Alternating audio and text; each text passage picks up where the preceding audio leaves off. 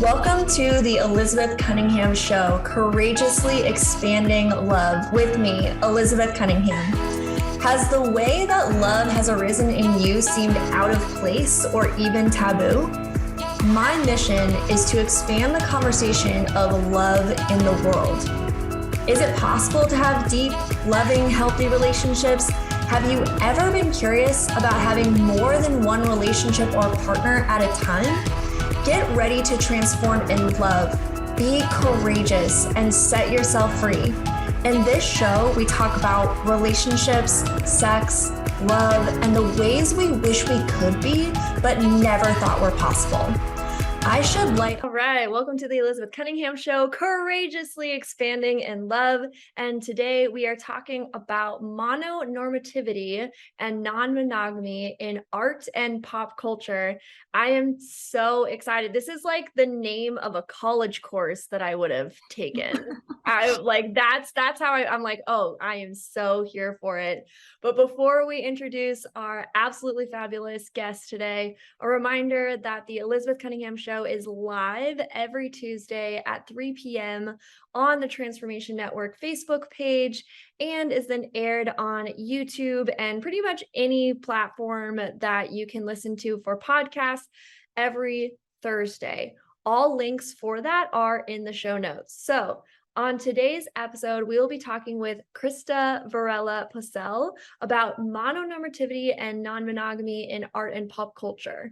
Krista is a writer who leads a book club for poly pages, reading texts fundamental to the non-monogamous community. At the beginning of the pandemic, she began Poly in Place, a community blog with her polycule, and since then has become passionate about increasing the visibility and representation of non-monogamy and polyamory in literature. She has been featured on podcasts such as Normalizing Non-Monogamy, Practicing Polyamory, and Monopoly Uncensored. Thank you so much for being here. Yeah, thanks so much for having me. I'm so excited. Me too. Like I said, this topic, mononormativity, I'm going to say it again. I'm going to read it. Mononormativity and non-monogamy in art and pop culture. Seriously, like I was like, oh, I would take a college course that was that. I was like, that is that. I would choose that. That's fantastic. Yeah, if I ever get back into teaching, I will definitely pitch a course on that. Please do. And then let me know. Maybe I'll just enroll as a student so I can take your course. I would do it. I love that. Yeah, and I want to, I love to kind of lay the foundation of what we're talking about in the first segment of the show. And so what is mononormativity? What does that mean? Well, mononormativity is the way in which monogamy just kind of has become the default or the standard in our culture, and everything that we sort of look at through the lens of monogamy, which doesn't allow room for alternative lifestyles or anything like that. Yeah, like the default setting. Yeah, exactly. Yeah, got that. And then what do you mean by non-monogamy? By non-monogamy, I just mean kind of the overall larger umbrella that captures all sorts of different kinds of lifestyles, whether it's swinging, polyamory, something in between. Whenever I'm talking about non-monogamy, I'm talking about it in general, which I think encapsulates a lot of different types. Okay, great. Awesome. And then we're talking about, we said pop culture and art, or art and pop culture, but you do really focus on literature. So what do you like pop culture? Tell me a little bit more about what do you mean by pop culture? When I say pop culture, I mean the things that we are consuming on a regular basis, whether that's books, articles, movies, music, any kinds of media that we're sort of exposed to on a regular basis. For me, I tend to focus on literature and books because that's my background. But ever since becoming poly, I've really just noticed the ways in which mononormativity is just kind of the standard for a lot of the things that we consume in the media. Yeah, and I think that when you start to look through, and that's kind of, it sounds like that's what spurred a lot of your work and what you do, is that you do see that. Like, you're like, oh yeah, we only talk about, couples. We only talk about, one person being with another person exclusively. That's it. Those are the only types of relationships that are represented, when there are all these other types of relationships that are possible. And then, yeah, when you consume that in your everyday life, it does become like inundating. Yeah, definitely. And I think for me personally, it was really difficult when I became poly, because I like to read. I like to read stories as a way to learn things. And of course, Yeah. there are kind of the standard poly self-help books, More Than Two, Ethical Slut, kind of those foundational texts that everybody turns to when they open up. But you know, I learned so much from reading stories, and I feel like it would have benefited me so much more to just be able to read more books written by people who had been through it, and so that is something that I'm thinking about a lot when I think about how I want to contribute to to the poly and non-monogamy community in some way. Yeah, well, that makes total sense. And then you started your blog. Yeah. So at the beginning of the pandemic, my polycule at the time, we were all just kind of meeting up on Zoom and trying to stay connected, stay together. And those weekly meetups turned into kind of this idea for a website, a blog. And so, in the summer of 2020, we launched this blog that sort of took a few different iterations. It began sort of on the website, and then we turned to Instagram, which is where we found a lot of people really resonating with the things that we were posting, and the vision for it as a whole was to turn it into this bigger community blog where polyamorous and non-monogamous folks were contributing from all over about their experiences in the pandemic. And so we found that people were really responding to us on Instagram and sharing their stories back when we were posting about our experiences, and so it was really cool to kind of find that niche of folks who really just wanted to talk about what they were going through. Yeah, I think, and stories are so powerful. Like you said, you are absolutely not alone in learning from people's stories. I mean, stories show what's possible. Stories are just like, yeah, I'm just like you, and I do this thing, and it's totally great, and sometimes I mess up, but then it's okay again, and Yeah, exactly. And when you think about it, that's how we learn as kids. We read lots of different stories, fables, fairy tales, some of them that have, kind of these morals to them. And storytelling as a way of learning is just kind of, I think, innate to us as humans. Oh, yeah, for sure. I think that you can find plenty of evidence. I can think you can find an overwhelming amount of evidence for stories as being innate to our own experience as human beings. So I want to ask you, why for you? I think this is like a broader question, but I also would love to hear your own personal answer as well. Why is visibility and representation in polyamory and non-monogamy important? I mean, I think just for the reasons we were just talking about, not only is it a way for people who are exploring polyamory and non-monogamy for the first time to learn more about it, to learn what has worked for people and what has not worked, but also for folks who love people who are poly and non-monogamous to fully understand, fully understand the lifestyle or the ways in which those people conduct their relationships. And so I think if you want to learn something, there has to be examples of it, and diverse examples of it. I think as much as I would love to see lots of positive representations of polyamory and non-monogamy, we also need to account for the fact that polyamory and non-monogamy can be messy, and not every example that you see on TV or that you read in a book is going to be perfect. Just like no monogamous, we don't expect all monogamous examples of relationships in the media that we consume to be perfect. And so I think by showing just the wide range of experiences that people have within non-monogamy, people will learn more about it and be just open and more receptive to it as a whole.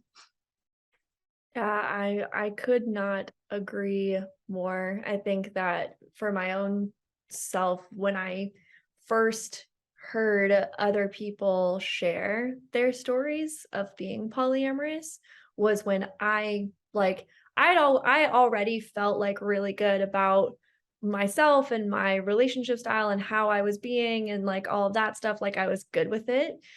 But there was this sense of like coming home, or that feeling that you get when you're like, oh, like everything, it's like it's all okay. Like it doesn't have to just be me, right? Like it's not just me being this way. And when you do hear those stories of other people, it's not just for your own like validation of who you are, but it's just like the validation that in having other people feel the way that you do, that you don't have to defend it. It's almost like you don't have to defend it anymore. You're like, no, this is, other people feel this way too. It's completely normal. Like I don't have to defend myself all the time because other people feel this way too.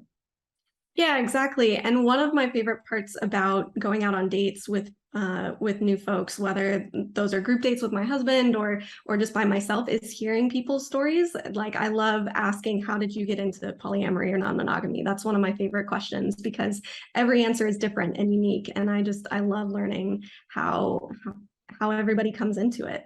Oh, that's so beautiful. All right, we are going to take a really quick break. And then when we get back from the break, I do want to dig a little bit more into why, I'm not necessarily like why we don't see, more polyamory and non-monogamy, because I feel like that answer is a little bit obvious.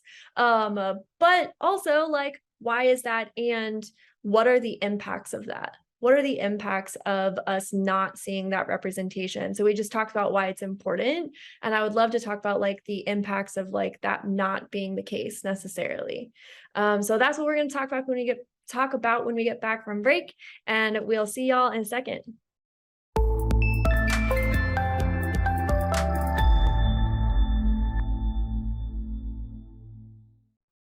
All right, welcome back to the Elizabeth Cunningham Show, Courageously Expanding in Love. And we are here with Krista Varela Posell, and we are talking about mononormativity and non-monogamy in pop culture and art. And one of the things that I wanted to bring up in this segment of the show is the impact of not being represented. We just talked about why it's so important to have representation. And so I just want to talk about the impact of not that, and that's what we're experiencing, right? Because there's not a lot of representation. There's more than there was, fantastic, but there's still not a lot. So Krista, what do you see? What do you see as the impact of a lack of representation? I mean, I think it makes it more difficult for people to find stories that resonate with them. And as you were saying before, you feel a lot more alone when you can't find other people that are experiencing the same things that you are and aren't experiencing the same hardships and things like that.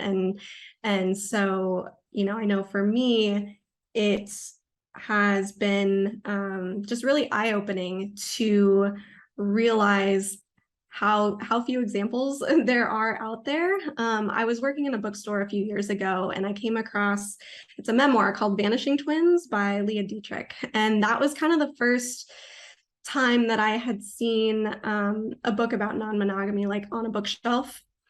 Well, I guess I had read Jenny Block's Open like several years earlier. So that was, I guess, the first example. But when I was working in this bookstore, I always had my eye out for anything that was related to polyamory and non-monogamy. I was so hungry for reading material that I wanted to find anything that I could. And, if you go looking, like if you Google fiction that contains polyamory, there are things out there. And I think most notably is N.K. Jemison's Broken Earth trilogy, which I haven't read. Sci-fi and fantasy aren't quite my genres, but I've been told that particularly the first book in that series, the 5th season, features a polyamorous relationship.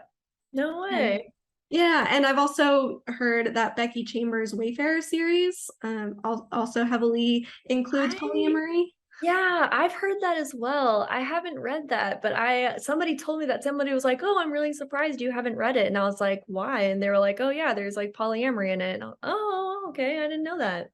Yeah, exactly. So, for somebody like me who doesn't gravitate towards sci-fi and fantasy, I tend to go for more mainstream literary fiction, nonfiction, things like that.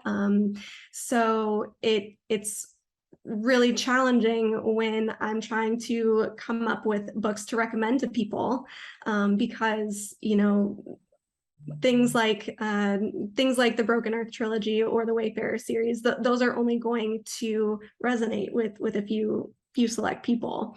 Right. And so when you don't have these representations or examples in broader or different genres of literature, it gets really hard to be able to show people, this is who I am and this is what I do, and these are the kinds of relationships that I foster. So I think the impact for me personally has just been sort of like struggling to be able to show the important people in my life who I'm not in intimate relationships with, the ways in which I conduct those relationships, and so I've taken to writing about it myself. But I'm only one person, and I certainly don't have any books on the shelves yet. So Yet. Yeah. There will be a day. I'm excited for that. Yeah, well, and to your point, it's like it's hard for the individual who is non-monogamous to see things for themselves, right? Like it took me until I was in my early 20s to even be okay with the fact that I was attracted to and loved multiple people at a time. Like I really thought that there was something wrong with me before that. And so not having representation in mainstream media, and you don't see that and you hear the exact opposite of that, it's hard not to feel wrong, and it's easy to feel that aloneness and that isolation and that doubt in yourself. And then, yeah, I mean, excellent point as well, too, is that like, and then when you're trying to explain it to people, then it's like, it's hard to point people into a direct, I mean, that was why I started my first podcast, was because I was like, I'm literally explaining this over and over and over again. And I just wish that people understood, or at the very least, I could just give them this audio and not have to have this conversation over and over and over again. And that's honestly why I started my first podcast, was because I wanted people in my life to understand who I was.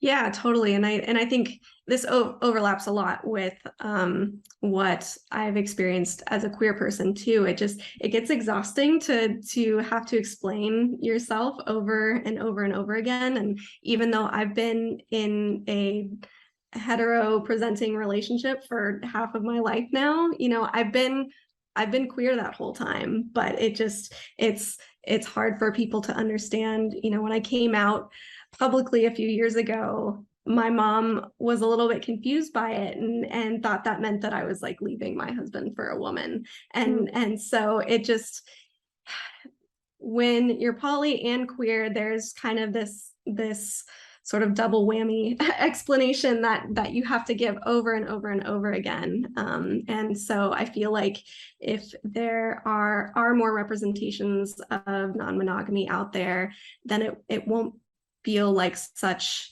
a big deal. Yeah. Well, and I feel like so many polyamorous relationships or or at some level in your polycule, level might not be the right word, some section of your polycule is most likely queer.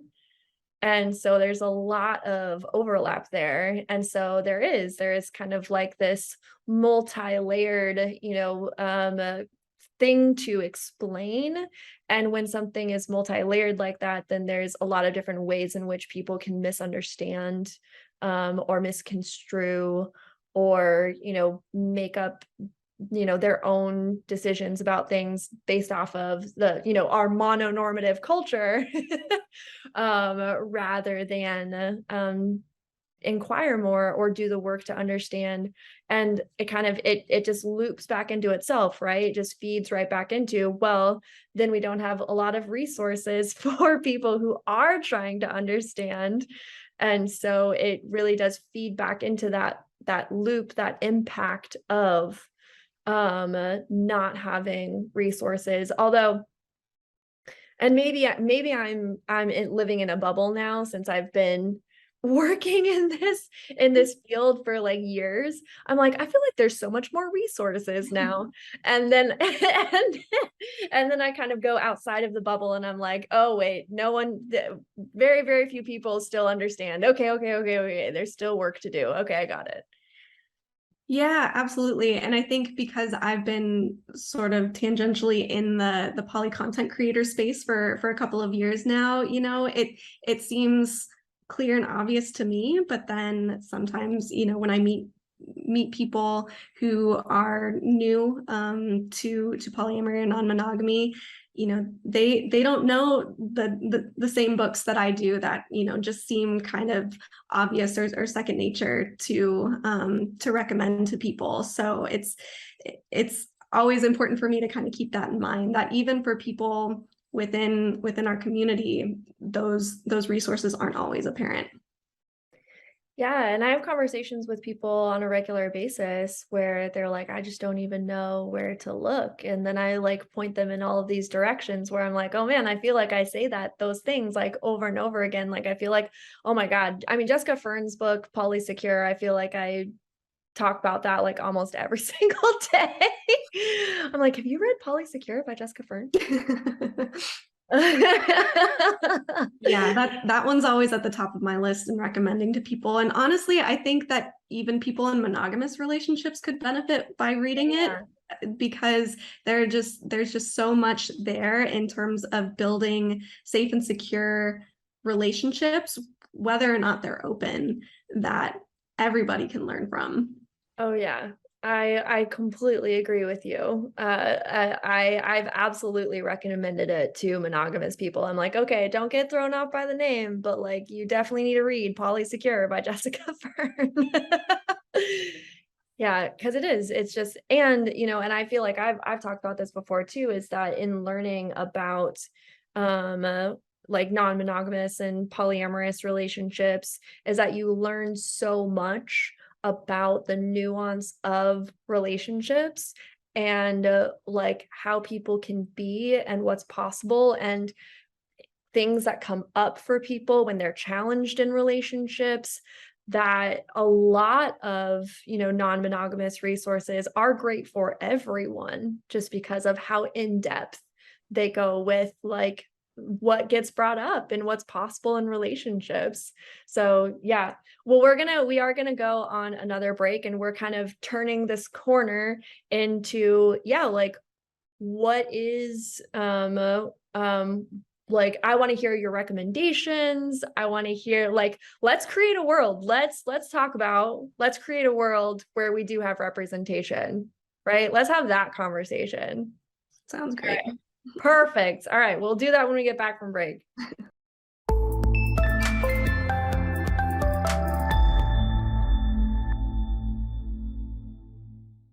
All right, welcome back to the Elizabeth Cunningham Show, Courageously Expanding in Love. And we are talking with Krista Varela Posell about non-monogamy, mononormativity, and pop culture and art. And it's been epic so far. I am assuming that it's going to continue to be epic. Yeah. Why not? You know?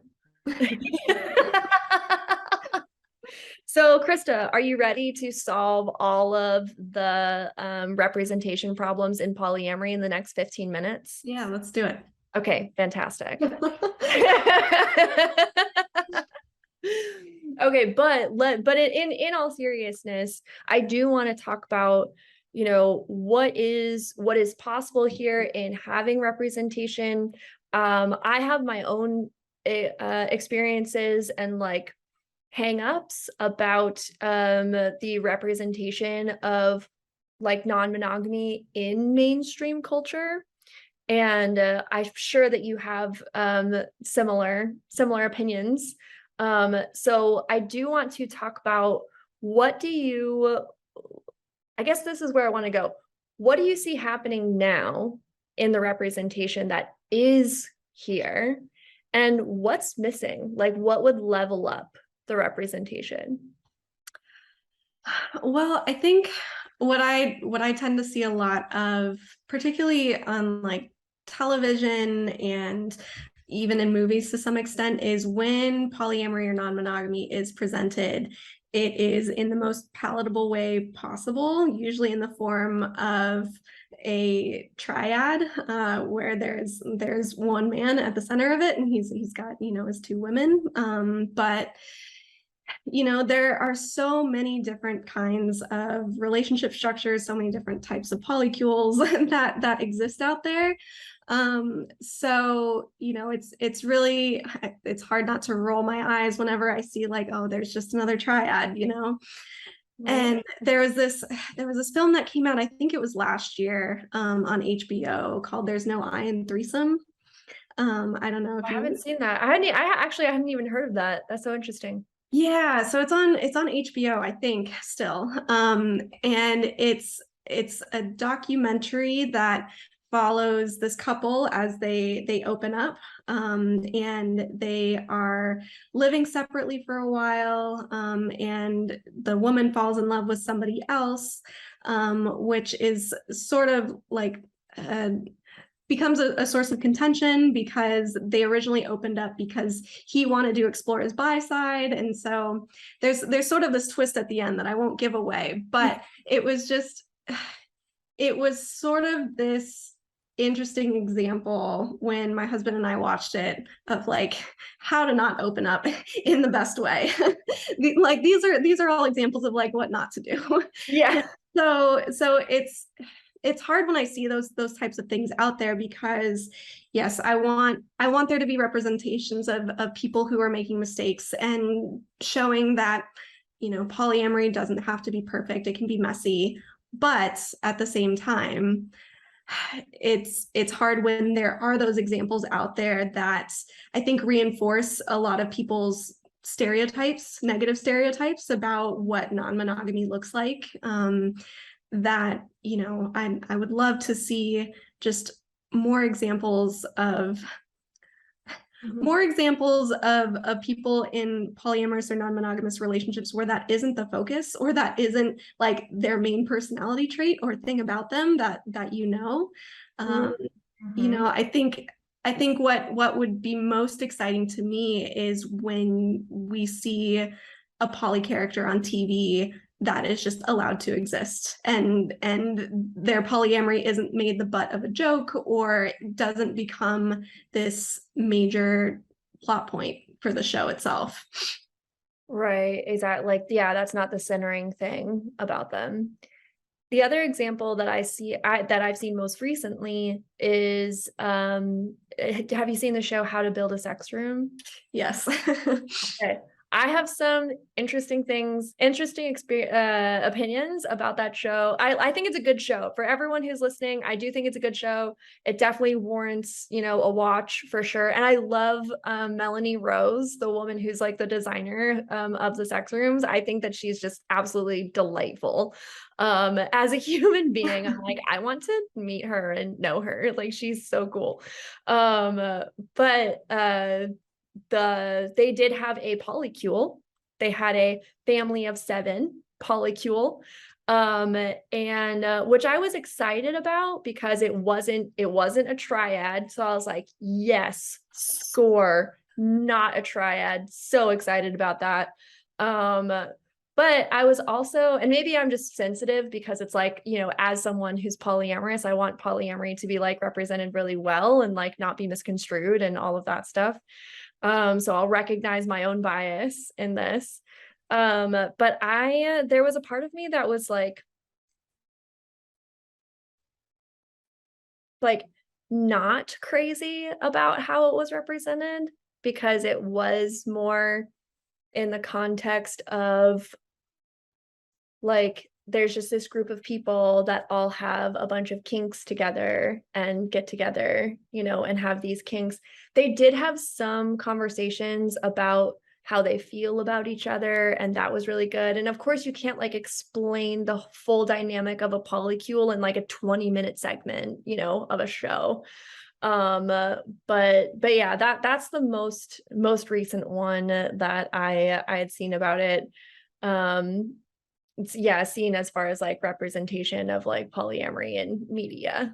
Yeah, it's definitely interesting that you bring up that example, and I haven't watched the entire series. I just watched the episode with the polycule in it. Oh, nice. But yeah, I think it was interesting how the room got catered towards everybody. There was the one person who just really loved to cuddle and wanted just like a big bed for cuddling, and then there was I think like the main woman in the polycule that they focused on who like loved being like locked up, and so there was the little cage for her to get into and things like that. So like in terms of the room that actually got designed, it seemed to accommodate the entire polycule's needs. And the bathroom, Yeah, the bathroom. You have to watch the episode to figure out what we're talking about. So I'm just gonna leave it there. Just the bathroom. That's it. Yeah. But I agree. It's so hard to capture the nuance of all of those different dynamics, and all of the relationships that exist within it, in what is essentially like a 45-minute show, and that is split between another couple that they are building a room for. So yeah, there is sort of like, I think, this voyeuristic element that people are probably watching to see like, oh, this is just a bunch of like sex crazed folks who just like want to have orgies all the time. And, in a room about a sex show, like, I guess it's it's a little hard to talk about things other than sex. But I agree with you. It was difficult to sort of like get a sense of everyone in that show and kind of see into their humanity beyond just like, here is just a bunch of people in relationships that are fucking each other. Yeah, pretty much. Well, what books what is going well as far as representation goes, or what's going well or what would you like to see more of? Well, as a nonfiction writer myself, I would love to see more memoirs written by polyamorous and non-monogamous folks. There was a book that came out last year called Open by Rachel Krantz, and I really loved.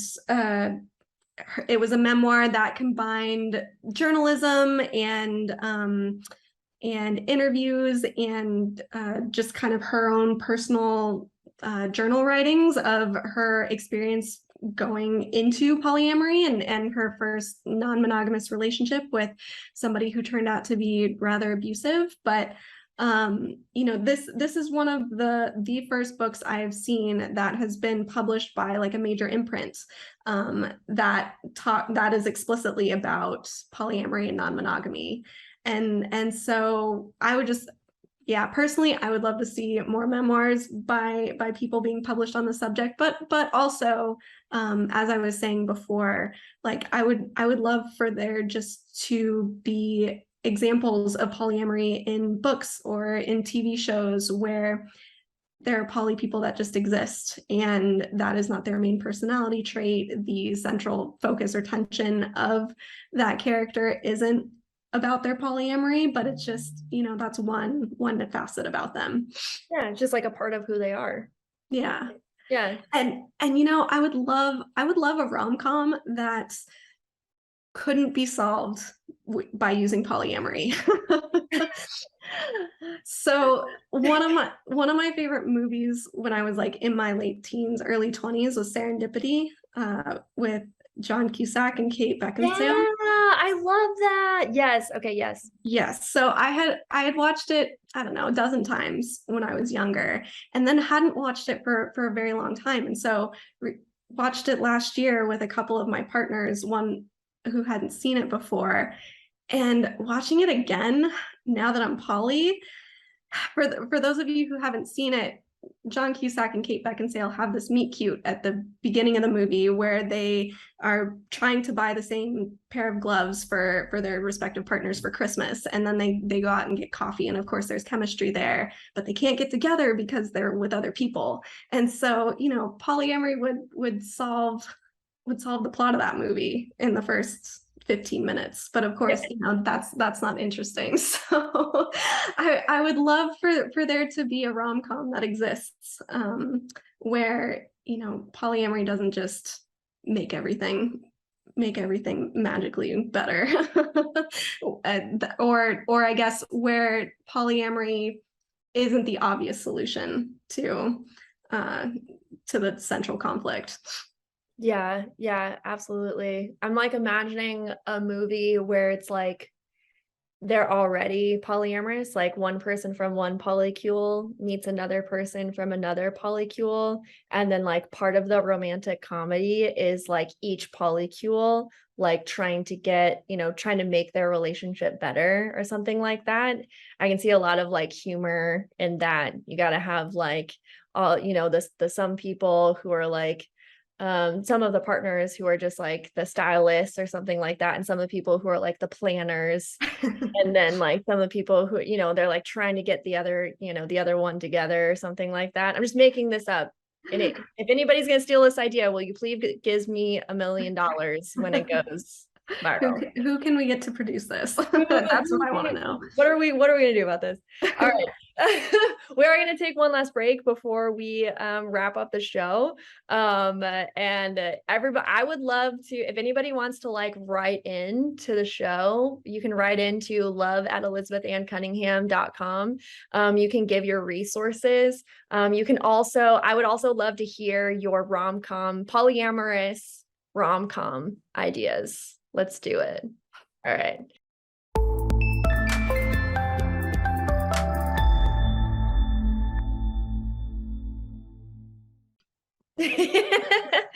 Just dance on to the show. All right, welcome back to the Elizabeth Cunningham Show, courageously expanding in love. I have absolutely adored this topic today about mononormativity, non-monogamy, representation in pop culture and art.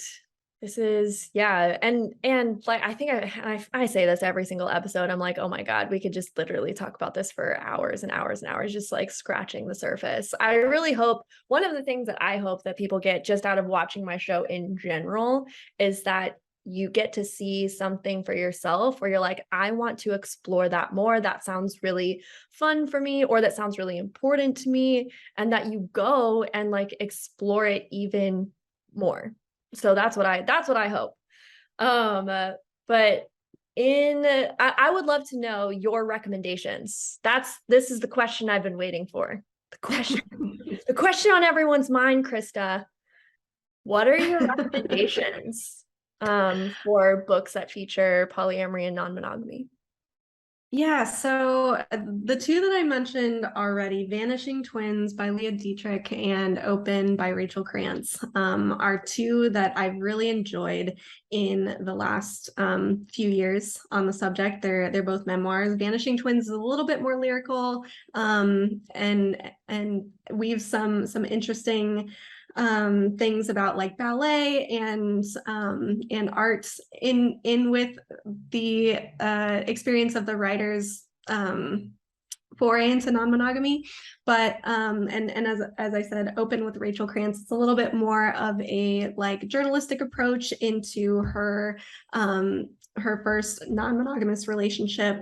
And there are also other memoirs out there that aren't super well known, but like My Life on the Swing Set by Cooper Beckett, who also has like a poly podcast. I think he compiled like some of his best blog posts that he wrote while he was transitioning into, I think, swinging and then like polyamory, and put them together in a book. And there are a lot of people out there that also self-publish. So there are things out there, both fiction and nonfiction, that you can find.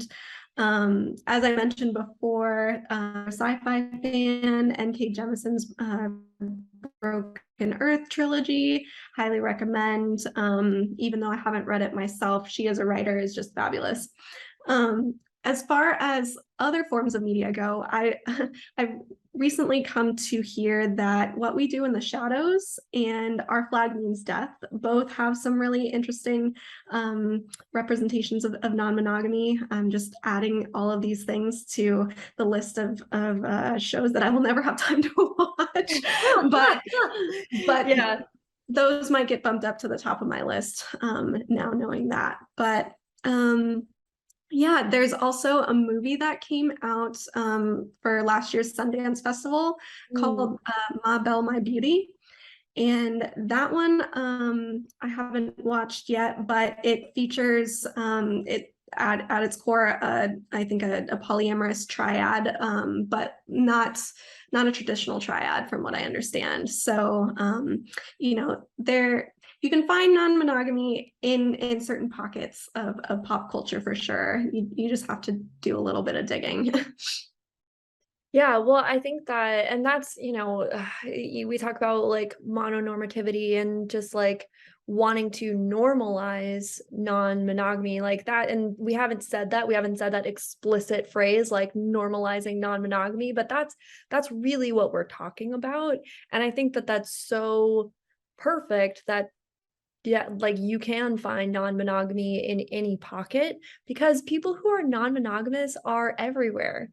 Like they're in every walk of life, they're every age, gender, race, ethnicity, able-bodied, disable-bodied, like any category of identity or area of life, class, socioeconomic status. So anywhere you look, you could find non-monogamy, but it, like, as we said, it does take some digging right now. Currently at where we're at, it does take some digging, but as more and more start to trickle out, that there is this, I see a future of normalizing non-monogamy. I do. So.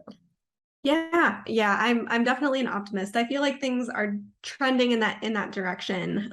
But in the meantime, it's always something that's kind of at the forefront of my brain whenever I am looking at something that portrays relationships in any way, shape, or form. I'm like, okay, how is mononormativity like informing how this is being portrayed? And always just wishing that things were just a little bit different. So, showcasing a little bit of difference to incorporate more diversity. Yeah, I couldn't agree more.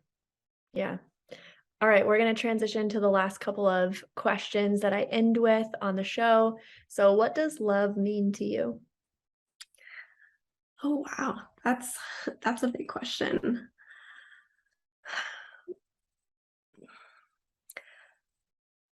I think love means love is a verb, right? Like that's kind of a cliche, that love isn't just something that you feel for somebody else. A it's a collection of actions. And I think that love gets expressed in many different forms and many different kinds of relationships. And one of the things that I love about being polyamorous is the ways in which I get to express different kinds of love through different actions with different people, because, that is what their love language is. Thank you. If people get nothing else, what do you hope that they got out of this episode? I think what I hope people will get out of this episode is that, first of all, if you are a writer trying to write about your experiences in polyamory or non-monogamy, you're not alone. I have been doing it for a few years now, and if that is you and you want to get in touch, I would love to exchange work sometime. I'm always looking for people to share that kind of thing with, because I think that at least in my previous experiences, sharing work with other people makes my writing better. It has helped me improve the writing of other friends that I've worked with, and so there are communities out there to help people write and tell and share their stories. But also, I hope that people just realize how much of a need or desire there is for more representations of polyamory and non-monogamy in our culture. Beautiful. Thank you. And I want everybody to know that if you want to get a hold of Krista, that all of their links are in the show notes. And so just go down, click on the links. I think we put your personal Instagram, but also the Poly in Place Instagram as well. And then also the link to your essays too. So we have all the things that Krista talked about today. You can find them in the show links. And Krista, thank you so much for being on the show today. It's been just wonderful having you here. Thanks so much. I've had a great time. Oh, beautiful. And thank you everyone who is listening right now, watching right now. Remember that on whatever platform you are currently consuming this on, to turn on the notification, to hit the like or subscribe button. And if this is something that you feel would resonate with someone that you know, please share this episode. Please be the one in your group, in your life, that shares and spreads love. So until next time, which is next Tuesday at 3 p.m. on the Transformation Network Facebook page, I hope that you all keep loving. You have been listening to The Elizabeth Cunningham Show, courageously expanding love with me, Elizabeth Cunningham. Tune in live every Tuesday at 3 p.m. Pacific Standard Time on transformationtalkradio.com, where we shed light on relationships, sex, love, and the ways we wish we could be, but never thought were possible. Learn to love yourself and create the relationships you want. Connect with me at elizabethannCunningham.com. That's elizabethannCunningham.com.